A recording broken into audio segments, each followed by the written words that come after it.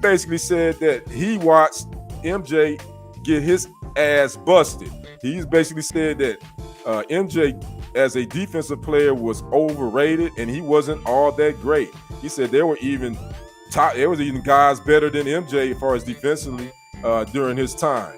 But what I found funny, which I was laughing listening through this whole soundbite, because first of all, Rasheed Wallace, he's an NBA champ, won one with the Pistons. He was a fourth overall pick in the 1994 draft. I get it, all-star, four-time all-star, but he never was named to all defensive team himself. Period.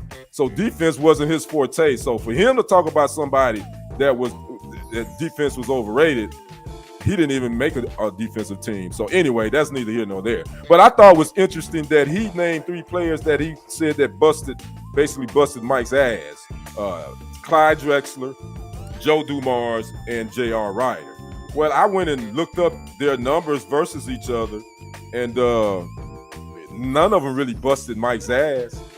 You know, I mean, Clyde averaged 20.4 points versus Mike, but Mike averaged 30.1 points versus him.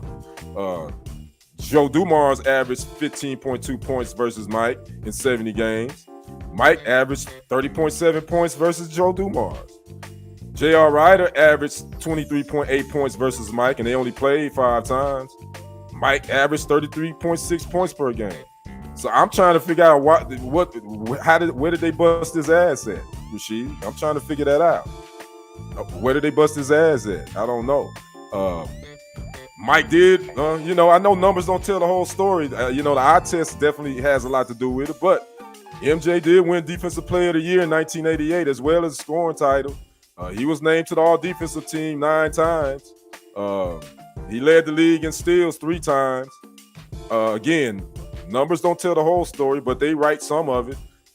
I'm just trying to see what Rasheed, you know, what he's smoking. I don't know, man. I just think now these former athletes just like to say stuff because it sounds different, and they want to be different. They want to get the hot take, to get the clicks, to get, you know, to go viral. And I get it, and that's his opinion. First of all, that's Rasheed's opinion. He played in the NBA. I didn't. I get it, but that still don't. Just because you played doesn't mean that you exactly know exactly what you're talking about. And I just found holes in his whole comment. But again, you know, it's the Michael Jordan slander.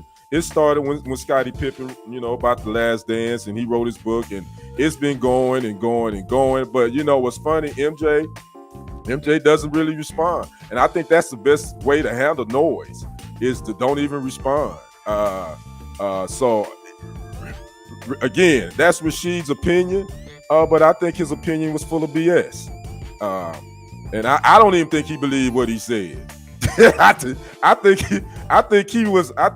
Rasheed was half high when he said this.